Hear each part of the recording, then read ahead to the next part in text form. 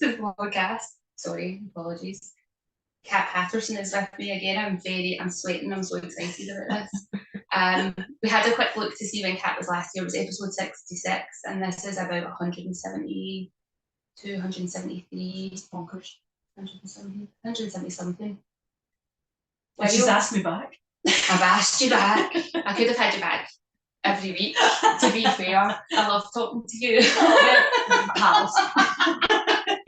I love our conversations. Since you were last on, there has been big evolutions in life, the world, business, because I never even checked what date episode 66 was, but I think it was pre-pandemic. Pre-pandemic, definitely. Yeah, it was. The whole world has changed. Literally tilted on its axis. Absolutely. So, tell us what's been happening. That's a loaded question. That's a very loaded question. Where do I take that loaded question? Where do I want to take that loaded question? So, where do you start? So, evolution of, I call it Cat Paterson 2.0. Mm-hmm. Evolution of business, of life, and never known to remain stagnant for very long. And you turned 50, or just turned 51 as well. Happy birthday to you. Thank you, I love my birthday. As you should. Yes. It's a celebration of life. I get really, side note before we get into the evolution of everything, I get really irritated with people that hate their birthday. Yeah, people that get, I don't want to turn this next age. You're lucky that you're getting to turn this next age. Exactly. I have lost too many family and friends who never made it to 50. So actually, when I say I love my birthday, people are like, oh my God, you want hundreds of gifts? I'm like, no. I just love the whole idea of another rotation around this beautiful blue earth thing, blue and green planet thing, and a chance to do more stuff. The aim is to have my headstone. But I was talking about this yesterday to somebody. The aim is to have my headstone, not with the dates 1 and 2, how dull is that? Is to explain the little line and it to be absolutely filled with words. So I'm going to need some massive tomb just is it mausoleum? Probably. Why not? Absolutely. So evolution in the probably a year and a bit ago now it started, still ongoing, and changed the business, changed. I actually didn't change what I did, just build a bit more of what I've always done. Yeah. And slapped some beautiful branding on it, and it feels glorious. So rather than being secret, Cat, of I've got some magic tools and I'm not going to tell you what any of them are. Yeah, I kind of thought, what? Because it's really interesting. People are like, oh my God, it's like a new rebirth and a different thing. I'm like, actually, I've kind of always been doing that just very covertly. It's just who I am. It's just your essence. Yes, just my essence. Let's call it that. I'm going to go with that. Stealth-like. Cat by name, cat by nature. Totally cat ninja. That's what it is. It's just like, but it's been really interesting. People like speaking to me. Oh my God, that's completely new. It's just probably put out into the world. Mm-hmm. It's time. What is the most exciting part of it for you? So much. So much. Do you know what it is? This is going to sound very kind of arsey, but we've all got that kind of latent potential, that stuff that we're not even sure we're able to do. Mm-hmm. And one of my superpowers, one of my gifts is being able to see it even if you can't. Yeah. And doing more work on being able to draw that out of people. Yeah. So we call it, I've had my approach likened to hiding your vegetables in your pasta. Right? Hiding your vegetables in your pasta. And your pasta sauce, because you need your 5 a day, you need to eat your vegetables. But we know that little kids are usually like, I'm not eating broccoli and butter beans and all the other things. So you mash them up, you hide them in your pasta sauce, you're going to get the enemy, you're going to get the goodness enemy before you've even realised it. Yeah. And that's kind of what I like to do. It's like, I can see it in people, I can unlock it in people, but if I tell them what I'm going to do, they'll go, don't do that. Or I'm a bit scared. So and you were speaking directly to me. They're worked together. Remember that time, Jen? But she still recently, very recently, you side-eyed me, you were like that. You said something in a group, and you went, Cat, I realised Cat's listening to me here. Like, I was told not to sign up for any more courses, and I signed up for another course. well, and let's put that in the context. So I'm not again. I'm always about the ongoing development. But when you're hiding behind accreditation after accreditation, not saying that you were, but people do, right? Oh, I was. You might not have known, but it was all my insecurities were driving me to getting the bit of paper to prove, because I'd been brought up in a world where academia matters, not necessarily in my family, but in the grand scheme of the world. And it was like, people won't respect me if I don't have this bit of paper. It is. I mean, who rocks up and goes, before I'm going to come to one of your classes and learn from you, can you show me all your certificates in your National Record of Achievement folder? Right? Nobody does that. But I'm not saying is it's not. You shouldn't not develop either. A double negative. Of course, you should spend time developing, but not for the sake of having the worth attached to it. That said that you can only work with people if you've done that. I mean, if you're going to be a brain surgeon, I would suggest you go and learn to be a brain surgeon before you kind of put that out in Fiverr. Don't do a Udemy course for brain surgery. Like, for certain top ups, Udemy is amazing. Like, I've had, and there's some brilliant teachers on these platforms, but not for the important stuff. And not for your top level qualification. Totally, and don't hide behind that. I need the bit of paper to prove that you're really good at something. So it's back to that. It's seeing that in people, being able to change those blockers, kind of shift the paradigms, and that's exciting. I think one of the things that I have found very valuable working with you when we did the one-to-one coaching, and then when we did that boost day, of course, was learning that I don't fit into a personality type or a category, but that's okay. Because I went through a whole turmoil of, is that because I'm a people pleaser and that I've learned all these skills and then I can just adapt myself, or is actually that my nature? And being able to go, no, actually, I can do all these things. I don't have to do them all, which is also a really important lesson. But you're right, because the one thing that a human being, the human nature thing is, I don't want to fit in a box. It'd be really useful if I had a label. Yes. Right, there's this dichotomy that kind of goes on with that, that trips people up sometimes. And I've kind of adopted a new term this year, of course I have, and it's called the anti-chameleon, right? And I think you fit into that. So chameleon, everybody else thinks. A label? Well, I just get around giving people labels, really. Like, I'm not, like, you want an unsolicited label, unsolicited label. So anti-chameleon, people think about chameleons, they can kind of change their surroundings and fit in. Well, it's a bit dull. Yeah. So why not be the anti-chameleon and everything? And it's not to be rebellious for rebelliousness' sake. It's to, exactly as you say, it's to go, oh, actually, I don't fit in that box, and that's okay. And it doesn't mean I'm either more than or less than. We're all rebellious to a certain extent. It's just that we kind of get caught up in a society that tells us we should fit in. And actually, it's a bit rubbish. I don't want a friendship base where I have to fit in. Yes. I don't want a friendship base where I have to be a certain way when I show up in a particular group of people. See, if you don't like it, jog on, love. Yeah. You don't have to think what hats I need to put on to fit in with this group. And if I've got my conspiracy hat on with that group, but not with that group, then I have to watch what I'm saying all the time when I'm with that group. But when I'm with that group, I can't let them know that I'm a wee bit mainstream. So, and you're always watching what you're saying and suppressing parts of yourself, and that's stressful, which makes you sick. Which you then have to deal with. Or the folk that rock up going, I'm this, I'm that, I've got all these ailments. And actually, yes, there's a physicality to that, but it's usually a lot of trapped stuff. And one of the quotes I put on my website, go into my website, hiding bits of you in yourself is exhausting. Yes.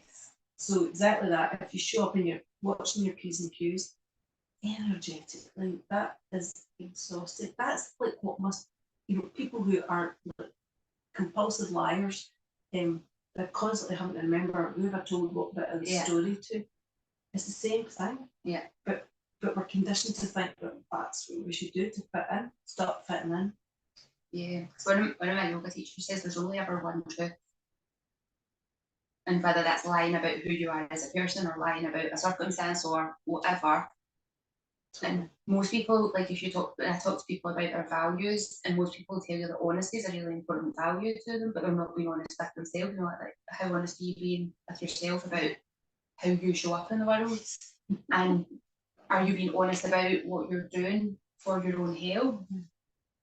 If you're saying, oh yeah, I'm doing all this stuff, but you're stuffing your face with crisps, then you're not being honest about it. Whereas if you're like, well, actually, I'm stuffing my face with crisps, you're being honest about it. You're like, I know that this is not doing me any good, but yeah, that's the car I'm rolling in this week. Absolutely, isn't it really lovely if we could just stop kidding ourselves on? And I get that, forming habits and changing habits that are ingrained is a tough gig, right? It's a lot of unlearning. But my God, watching people beating themselves up, I've done this and I've been trying this and I've not been doing that well. Okay, but at least that's honesty. Yeah. I was like, I say this every time, self-awareness, we talk a lot about that in the self-development world. Self-awareness is the first step. Yeah. Brilliant. Self-regulation is the second important step, i.e. it's okay if you know you're a dick, but you need to stop being a dick. Yeah. No, you can self-regulate. To not be a dick. Yeah. Am I wrong? Being a dick at some point. Yeah. If you don't, it's okay to know that, but you need to self-regulate. And and I say need, I'm not usually one person who shouldn't need and everything, but actually for your own self-preservation and for your own sanity, if something's making you unhappy, stop. And we perpetuate things even to make us unhappy. We don't realise that sometimes. We're always thinking, I'll perpetuate the good stuff. But we're also responsible for perpetuating some of the stuff that makes us feel like crap. Yeah. Because it's okay to eat crisps. It's just not okay to eat the size of a small country. Oh no, see, 6 packs are alright. I suppose multi-packs are smaller than a regular pack of crisps. So yeah, and I wouldn't be being honest with myself if I hadn't sat a multi-pack. Oh yeah, I've eaten a multi-pack in one sitting more than once, and it's not good for your health. So it's not. It doesn't come with a recommendation label, but also don't do it every day. Don't do it every day, and then don't beat yourself up if you do it, because the stress of beating yourself up and that negative energy is going to be more damaging than eating the crisps and going, I enjoyed them. I enjoy that day. Honestly, I enjoyed them. We're crisp fans. We are big crisp fans. We are big crisp fans. There was something else that came to mind when you were talking there that I was like, oh, there's a direction. Can't remember what it was. It'll come back to me like Tourette's. Must have been a lie. It was, no, I know what it was. You were talking about self-regulation. So I'm perimenopausal and I'm religiously tracking my cycles. I started tracking my cycle to find out how my bowel was and if it was fluctuating on my cycle. But I also track my mood and my energy on it. So I now know that 7 days out from my bleed, I'm a fucking bitch. Oh my God. The words that came out of my mouth, but that way I'm like, oh, I'm not being pleasant today. And I was at my mum's. So she was getting it. She was in the firing line. She was in the firing line that day. And I'm going on holiday with her. Like, we're going on the flying out on the 26th for my birthday. And she was like, I don't know if I want to go on holiday with you. And I was like, it's all right, I'll have had my period. We just do a week and then I'll be all right. Don't worry. This is just, we're 7 days out. I said, Chris knows it's on the fridge. You can check what day of the cycle we're on, and then he knows just to ignore me. So it's like, right, there's the self-awareness. Yeah.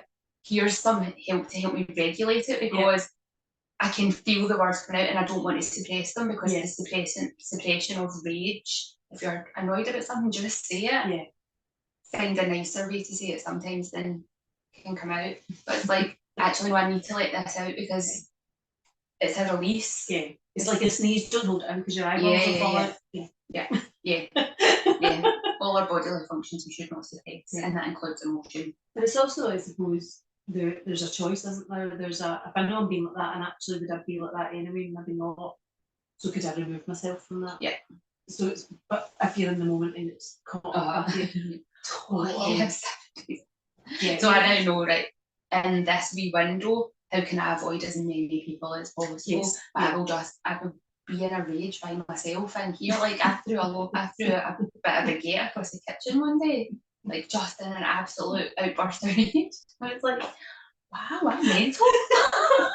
But isn't it mad that these invisible forces, hormones that we're only really starting to understand, starting to read about them rather than understand, I would say, and the control, particularly for women, that they have over your life. I mean, I'm not menopausal because I went through it 18 years ago now, early menopause, and didn't know what was happening. But only last year, so I wasn't on HRT, but I was on some other kind of hormone thing. Don't ask me. You took some stuff. I took some stuff. And you're not me when it comes to that. and it made me slightly calmer, I believe, for the last 18 years. But last year, obviously because I was turning 50, they were like, oh, we can't give you that anymore. And I was like, oh, okay. But there was no letdown. It was just taken off me. So of course I went to France for a month with my husband, and we had a safe word. Because I was like, good luck, I have no idea what's about to happen. And we're in a foreign country. Yeah. Do you know? And there was one morning we got up and he just looked at me and went, you need me to go and run for 2 hours all on the beach, don't you? And I was like, yes. But see, when you know that and it's that regulating, so I'm like, I know what I need. Yeah. I've tried to explain to you what I need. I've got no other explanation around why it's happening.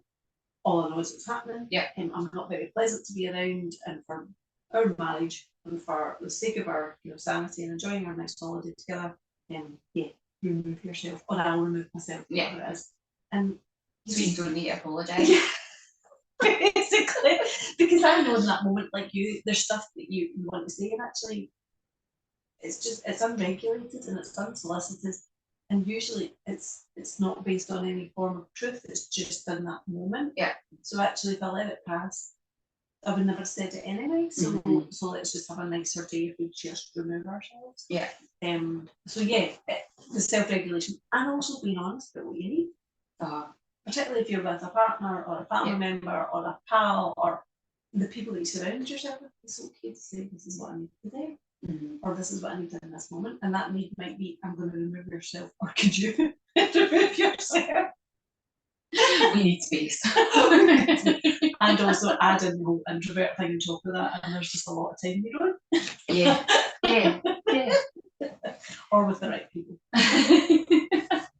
That's something else you talk a lot about the introvert, extrovert, and understanding where you are in that spectrum, where you are in that, so that you can look after yourself in the appropriate way. Yeah, because I think introversion, extroversion, and aversion over the years has become muddied, and it's kind of eked into popular psychology, which winds me up.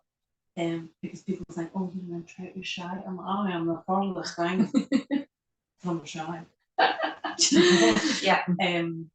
But there are shy introverts. Equally, there are shy extroverts. It's all about how you charge your energy, and actually about what's going on in your world. So introverts have got a lot in their head.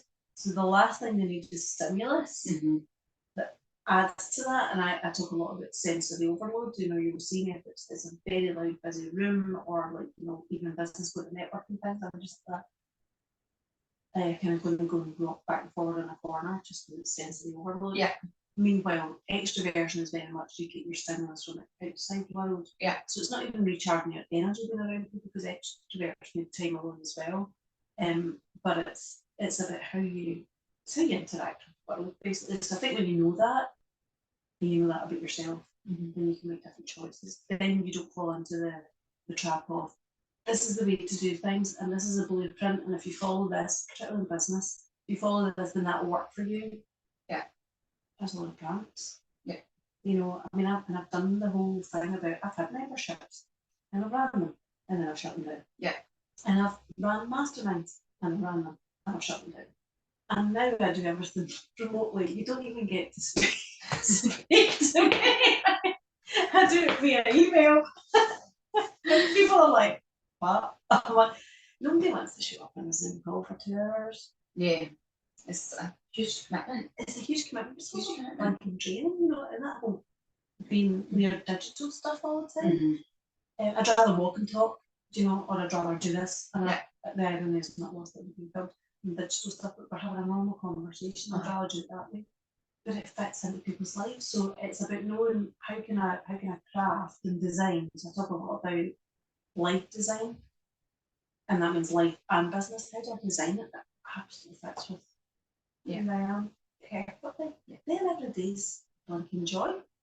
Then every day you wake up and you're like, can't wait to start my day. Well, and oh man, I can't believe we've got to do X, Y, and Z. Yeah. And there's always bits. I'm not being flippant, you know, there's always bits of life and business that are a bit of a chore.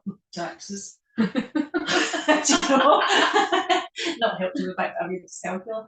But so there's always going to be bits that you hate, but if you can make that the minority and maximise the stuff that you love that fits around who you are, at the very core of who you are, why would you not do that? Yeah.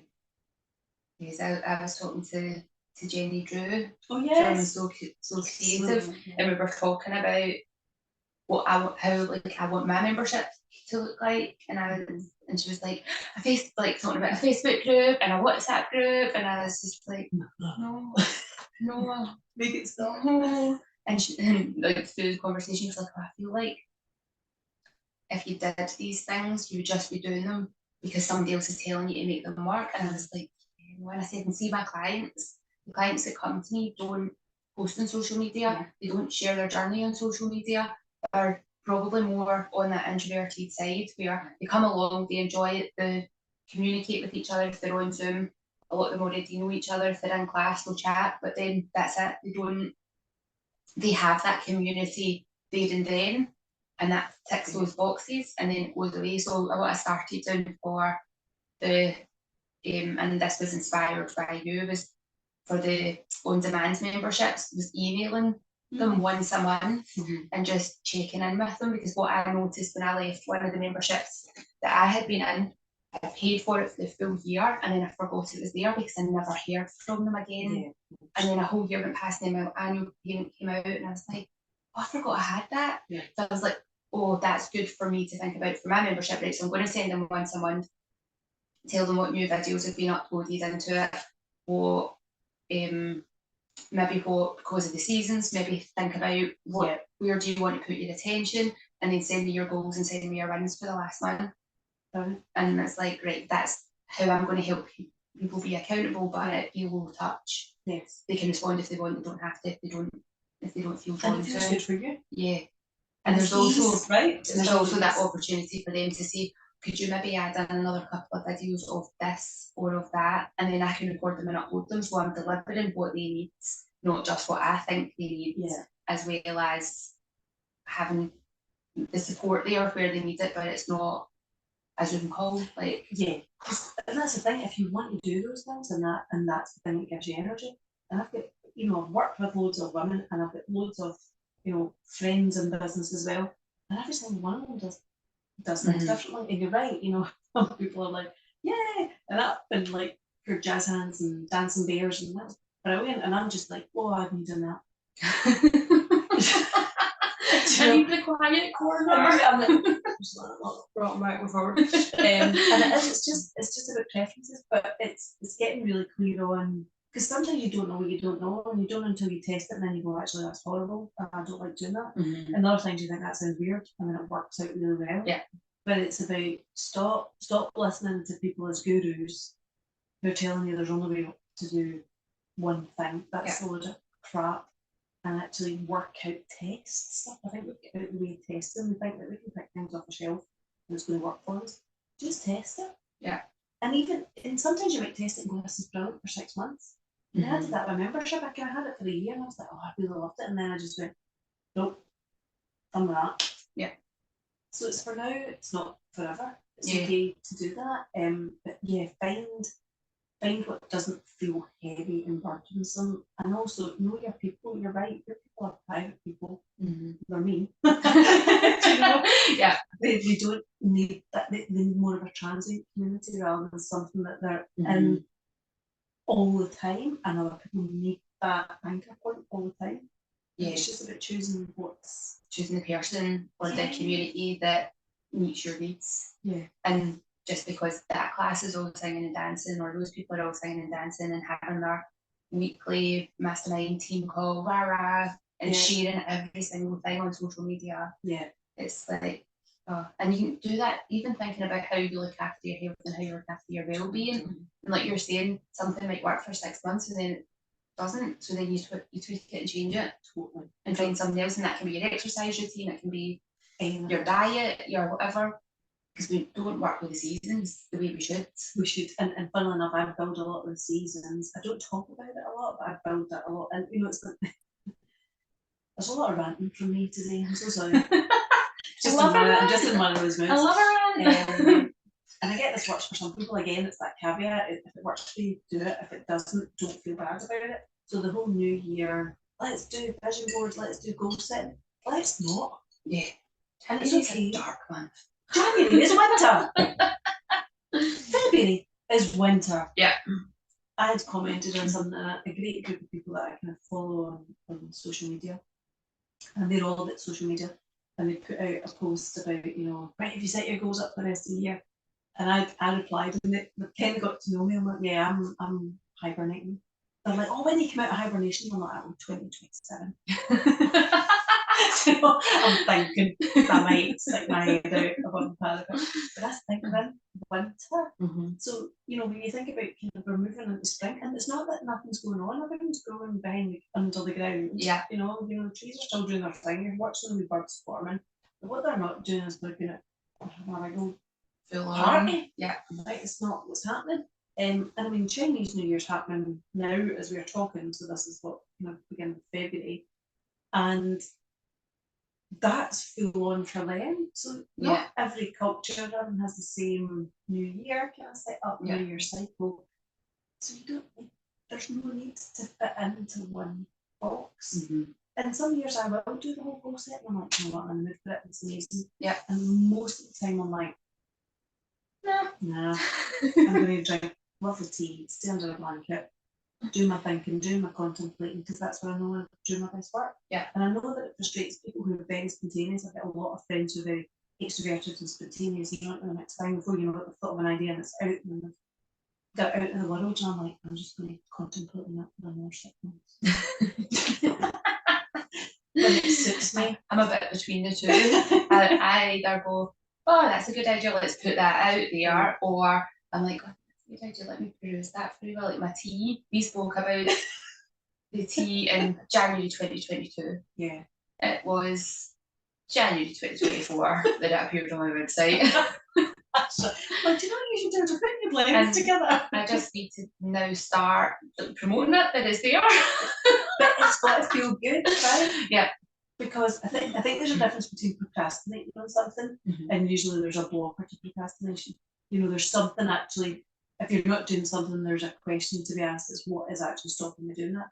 Other times it's just like that's not the right time and that's absolutely grand. It's like the new branding for me, we had a laugh about it before we were kind of talking about, the words just things are downloading and you start to see them everywhere. Yeah. So they're everyday words that aren't, well, they're not everyday words, they're words in a dictionary. And it's quantum quintessence, but it was the only way I can describe quantum being the perfect unit of energy and quintessence being the perfect example of something, ergo that being the perfect every human being. Yeah. Right? Because it doesn't matter.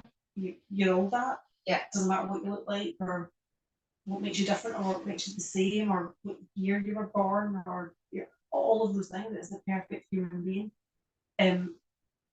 But the point is you don't need to fit in a box. Stop trying to fit in a box. I think you said that. Yeah, a lot. And also don't keep coming back to this feedback. And also don't beat yourself up. If it does take you 2 years, then either that's 2 years of procrastination of you were never meant to do that. But it's just not the right time because you're always right on time. Yeah.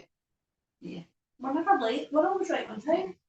I do have there was illness for 18 months and then there was I needed to tick a box for qualification for me to go, right, I'm insured to be able to do this now. Insurance is different. Insurance is different.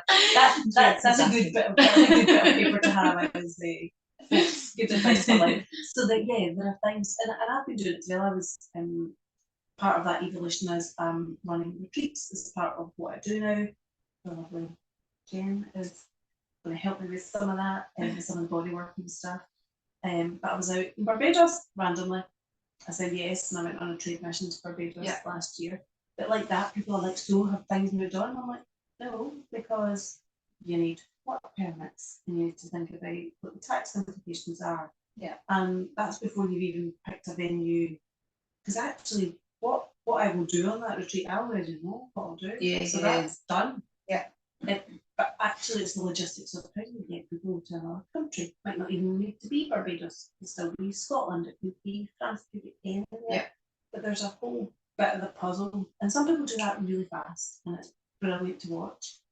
I need to know the details, then I can go back to something. Yeah. Once I know the legalities, like how do I protect people? How do I protect myself? Yeah. How do I make sure that people get visas or whatever they need, or work permits, or how do I make sure that people get the right things to get into a country, and all those things, then I can go back with it. Yeah. Other people do it in reverse order for that. So there's no right way.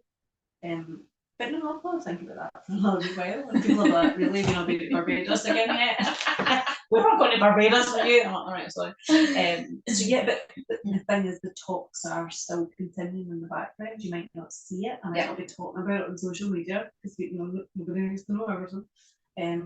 But they're going on, and they're going on in good time. And I might go at some point, actually, I don't want to do that anymore. Mm-hmm.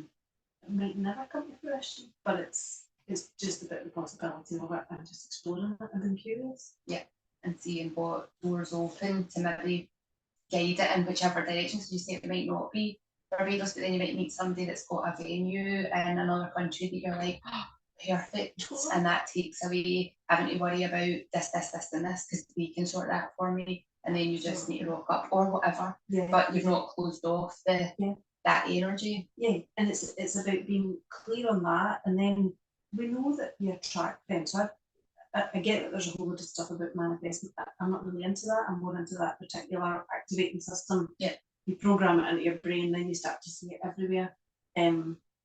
So Barbados or retreats, as they are programmed firmly in my brain. Have been for a long, long time. I've been doing some of it, and now I'm kind of ramping up.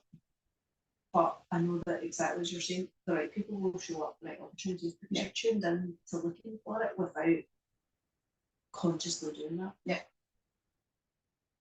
Anything could happen. Expect the unexpected. That's why I'm not in a goal setting. I'm not just expect the unexpected. Because the larger goals, then you feel beholden to them. Yeah. And there's no space for curiosity or going down another path. And if you don't reach that goal, then you feel deflated, and then that demotivates you to then do the next thing. And if you think, like, say the tea example, if I had gone, let's do the tea, and I'd only focused on doing the tea in that moment, and it hadn't panned out because of the illness, because of everything else, it would have left that failure feeling.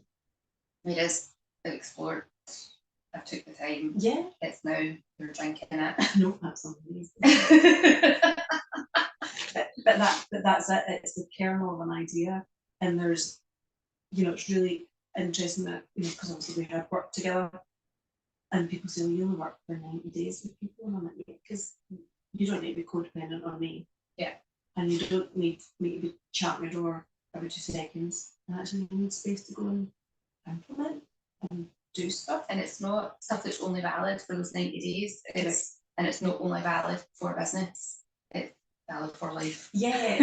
And we've had, and actually one of my other kind of women that I work with, Laura said, I'm sure it was the time we were both over at my house, and she said, I've still got a notebook filled with all the stuff that you told me, and that was like 3 or 4 years ago. She said, so now I've opened it, and I went, oh, that's what you meant. Like, I'm doing that now. And I'm like, yeah, because that's the point. It's, if you're not, you've heard it, but you're not ready to hear it. And it's not until you then realise, it's almost like a vision board in kind of journal form. Yeah. But it's programmed in, and it'll happen. but you don't need to be holding yourself to, I need to do this, I need to do this. That just feels like a rubbish energy to sit in. And people say, I do laugh at it. I think the best compliment, this goes into a really random compliment, it's really hard to work for you. You know what that is? It's like I've been all over your website and I don't know how to work with you. And I'm like, yeah. Your point is collar. But it's because I create that whole covert secret society that attracts those types of people who are slightly rebellious, who sit kind of going, I'm going to find out how to get a hold of her. Do you know? And then I'm like, oh, you're still a bit nasty. Let's come into my world.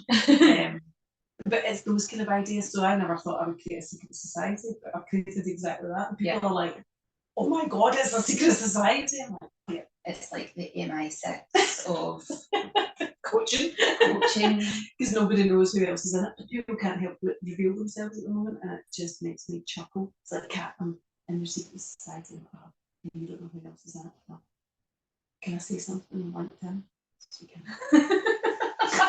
They're usually my extroverted people. I want to share this journey. It's choice. You know, it's choice, and that's the point. It's your choice. I'm not going to share it. Yeah. If I get your permission to share it, that's a different thing. But I'm not going to just do that. So yeah, play to your strengths. Don't try and ram yourself into a box that doesn't fit. Just get rid of the box in the first place. And test stuff out. Yeah. In every aspect of your life. Yeah, I'm so glad. This is fun. We finally got the tea. It was worth the wait. Totally worth the wait. And now I've had a whole conversation about how long did I brew that for? How much did I put in? All those things. We had a lesson on how to brew the tea. Absolutely, I'm a tea Jenny. I love all of my teas. I live for tea and naps and blankets and cats. That's my life. That is thrilling. What is next for Cat Paterson? Oh, I don't know. I actually don't know. I'm excited to find out. Yeah, I don't have a big idea, or I suppose I've got a vision of owning my own retreat space. I don't know what that looks like. Maybe a chateau in France. I would love that. Yeah. Don't know how that's going to happen. But that's the best bit about it. So I'm just, as I said, program it in and the right people. And I've already had conversations, funnily enough, that those people have revealed themselves to me about, well, somebody already owns a chateau in France. Yeah. So I'm having conversations about, how did you do that? What does that look like? What does that entail? That would be the dream. Have my own place that I could run my coaching from, run retreats from, even talked my other half into, because he teaches martial arts, to exit out of the engineering company and run pop-up kung fu. So that's finally. So at your chateau, yes. It'll obviously have stables that you can convert into a studio space to have him doing his king fu. Kung fu. And then I can come out and I can teach Pilates and yoga. And it's how just would that be? A whole thing. And other people obviously can maybe go and teach classes. Well, only if I vetted you first, obviously. Some of those instructions, those have invited, you know. But that would be the dream. But what's really lovely is I don't have a how. I don't care about the how. Yeah. And you know, it might never happen. I'm kind of holding my thought quite closely. But I'll build to that in terms of I'll still run retreats at my house. I'll still run retreats in Scotland. I'll still run venues. They will again present themselves to me. I might do something in Barbados because I've been out there now and I've made some great connections. It's all a bit. The unknown is beautiful. So I get my retreat coming up in May this year. Of course. Dumfries Gallery, staying on the land this time. Yeah, absolutely. No, and I can't wait to hear all about that as well. And it's those things, isn't it? Because you learn something different from different groups of people, bringing different dynamics together, and then what you do. Working with different people as well. So I'm working with Vicky this time from the Little Foragers Kitchen. So we did a podcast on what we were going to do, and she's like, we're going to do ancestral fire building, and I was like, what? We're going to do what? She's like, we're going to do it, and I was like, just clarify what that means. So we're going to learn how to build a fire by friction. I'm so excited. Good old fashioned. Yeah. Because it's the original ways. Yeah, because whoever discovered that is a genius. Absolute genius. Because we now have tea. We have curries. Your work here is done. See, it's the lovely bit, the comfort we find in life, isn't it? Curries. Yeah, and that would have been somebody just exploring what's possible with no expectation, because they didn't even know that was possible. That was possible, because we never know what's possible. No, exactly. And that takes us full circle back. Cat, would you like most of it we do? When you see it in people, they can't see it for themselves, and then you can see what's possible, and then it can go exponential when they unleash. Yeah, totally. Oh, that's brilliant. We'll clip that. Absolutely. Yeah. Because what's that thing that they say? Make a plan and watch God laugh at you. Yeah. I totally tell God what your plans are. Give them a big old laugh. Totally, whether you're religious or not, it's totally the truth. Because if you're not prepared to get off piece with it, I mean, it's the whole Barbados thing. I mean, people look at me. Yes, I do have red hair. Yes, my skin is blue. Would I go to a very hot country? No. And yet I walked into a networking thing with a woman, Jo Smith, who runs our Renfrewshire Business Network. I'm not known for my networking. I'm an introvert, for God's sake. I prefer being in my jammies in the house. Thanks for coming out today. No, I know. It's for the right folk. It's for the right folk. I come out. And I thought, I haven't seen Jo for about 8 years. I'll go and catch up, and literally within 5 minutes. Cat, we're running a trade mission to Barbados, and I think you're doing retreats, aren't you? Luxury retreats.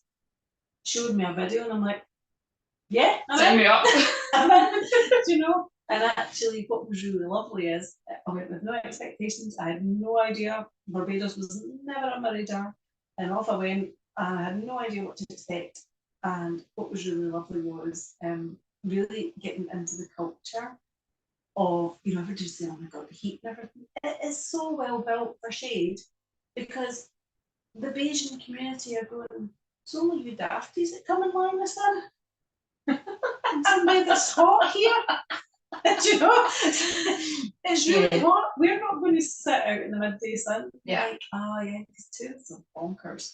We're all like, well, I'm not a rotisserie chicken, but you like heat on your bones, and that's a good thing. Yeah. But it's extreme heat, so it's built for. There's loads of shade, there's loads of greenery, it's a beautiful island of. So I hardly wore sunscreen, even though it was 30 because you were in the shade. Because I was in the shade. I could find shade really easily. It wasn't a holiday resort. That sounds a bit bonkers, even the beaches. Then I ended up on the beach. I'm not really a fan of beaches either. I don't know, why am I doing something for Barbados?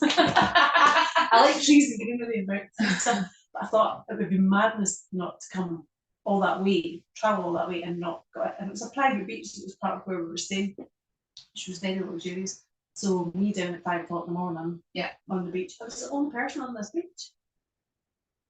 And it was stunning, and the sound of the water and everything else. But again, when I'm back up to the hotel to kind of, wash the sand off my feet and prepare for whatever we were doing meetings that day, any of the Asian community were saying, we don't go down and sit on the beach. That's match roasting. It's such a strange thing to do, but we do that because that's what we've learned to do, because we spend so much time inside. If you were out and about outdoors, you wouldn't have to lie down in the sun to sunbathe, because you would just be getting the vitamin D that you needed. But because you've been inside, your body's like, you need to go lie in that sun and get me topped up. Totally. It's such a strange thing that we do. But I also understand why people want that heat on their bones. My problem is not that if it was a lower heat, it would be more tolerant. I just can't sit for that length of time. I get very, very, very bored. I like to read a book. I'd rather do that cuddled up on a couch somewhere in a kind of cozy corner than lying on the beach getting sweaty. Again, each to their own. Yeah. So say yes to stuff. Just say yes to stuff and be curious. Yeah. Work out if it's for you or not. Advice for life. Advice for life. Yeah. And I think when we do that more, approach from that curious space, it helps the nervous system calm down because you're not being overstimulated. You're not, what's the next thing? What's the next thing? And I lived in that space. I still have to catch myself in that space and be like, stop, just take a breath, because that's been my what's next, hyper vigilant, super what's the word, sympathetically driven. Yeah. My nervous system was programmed that way from birth, just due to the circumstances of the birthing experience in life. That has been there, and now that I know that I'm up there, it's like, doesn't matter how I got there, it's what do I do now? How do I regulate this now? How do I bring that down? Can be useful to be a go-getter and get shit done, but also not when it burns you out. Not when it burns you out, and it's spotting the red flags of burnout before they become burnout. I think you get better at that. I'm the same. You know, I got diagnosed with, I think I said this the last time we spoke about, you know, chronic fatigue and fibromyalgia, and I've got endometriosis, and that doesn't go away even if you get menopause. Smashing. Yes, I am the Grim Reaper. You would think it would. No, it doesn't. You know, arthritis, everything. So you could open a medical dictionary and go, "Cat, just stay in your bed for forever." Yeah. But actually, there's ways of doing stuff, because exactly that. You go, okay, these are the signs of me going down a path that's not useful. Let's stop that earlier this time. And it's a constant learning. Look, you never get it right, you know, but you usually have to go to the extreme or hit rock bottom before you start to come back and realise, oh, my cycle is forever. Yeah. Stay up my way for these particular dates. It's not until you map those things that you can take care of yourself a bit better, I would say. Your nervous system's an interesting one, because it's not even that it's like, it's an interesting word you use, Cam, it's just that regulation, isn't it? Because it's okay sometimes to be the hyper, and other times you just want to be in a really neutral kind of state. And it's the same with your emotional state as well. It's okay to be emotional, it's okay to be vulnerable, it's okay to cry, folks. Even though I've only done it about that, I think obviously about 7 seconds in 1984. It is okay to do those things, but it's also okay to not be coming from a place of emotion and to manage your emotional state. Because if it sends you off the deep end, that's not going to be useful for you. So just be constantly, and I don't mean being hyper vigilant. That's not useful. It's just being aware and going, what can I do for that? Can I do something? This self-awareness, defeat the self-regulation. Totally. First step. Second step. Here we are. Life's dead easy, honestly. It really is. And if you track your cycle, or if you don't have a cycle, track your mood and energy on the moon cycle. So from a full moon to right the way round, so that you've got a 28-day window. Tells you something, right? It's going to give you some form of information if there's highs and lows throughout a period, especially for women. It's very important. It's just information. We get good information about ourselves, because society is not built for the female cycle. It's built for Monday to Friday, 9 to 5. But if you can come in from 8 till 7, that would be even better. And work weekends when you go home. Like, I know. People milk the blood out of you. I know. At every opportunity, and you're conditioned from when you start school. Totally. Or go to start nursery, even younger than that. It's like you're in Monday to Friday, you're in from these hours. You go to the toilet when we say, you eat when we say, you move when we say. So by the time you become an adult that can go, hang on a wee minute. Some of us are 45 going, hang on a wee minute. But I think the interest, because you're so conditioned, you don't even see it happening, because it's a social construct. Right? So, you know, even schools were even set up. Schools were never set up in the way they were set up. I do get the stats on schools, we can't, because this will take this will be 3 another hours. day. But briefly on schools. Schools were set up because, you know, like you had parents usually working in mills and industry, and there was nowhere for the kids to go. And then they thought, actually, it's quite a good idea to teach them something, we teach them how to read, build, and hear. So that's how schools evolved. But you know, I'm all for routines when they serve you, but not regimented. You know, because some people love a schedule, people love a routine, and I get it. And I probably was that probably about 20 years ago, because it allowed me a kind of regulation to a certain extent. But 10 years ago, I rejected it completely. And now I do more than I've ever done. You know, run an engineering company, run my own thing, do associate coaching, do all these other things, and I do it, and I don't really work past 1 o'clock. Yeah. And I don't want my Friday. Because I know that I can sprint. You know, I know when I work really well. I also know when to rest. Yeah. Some days I just wake up and I'm like, that's not happening this morning. Yeah. And I get pushed, so there's buffers built in, but I still manage to do everything. And I don't do it half-heartedly. I do it to the best of my ability.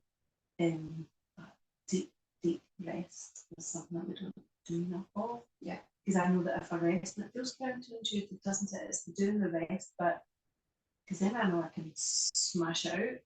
Yeah. But you're recharging. Yeah, you're recharging. I mean, who knew? Who knew? Yeah. But what we're told to do is keep pushing through.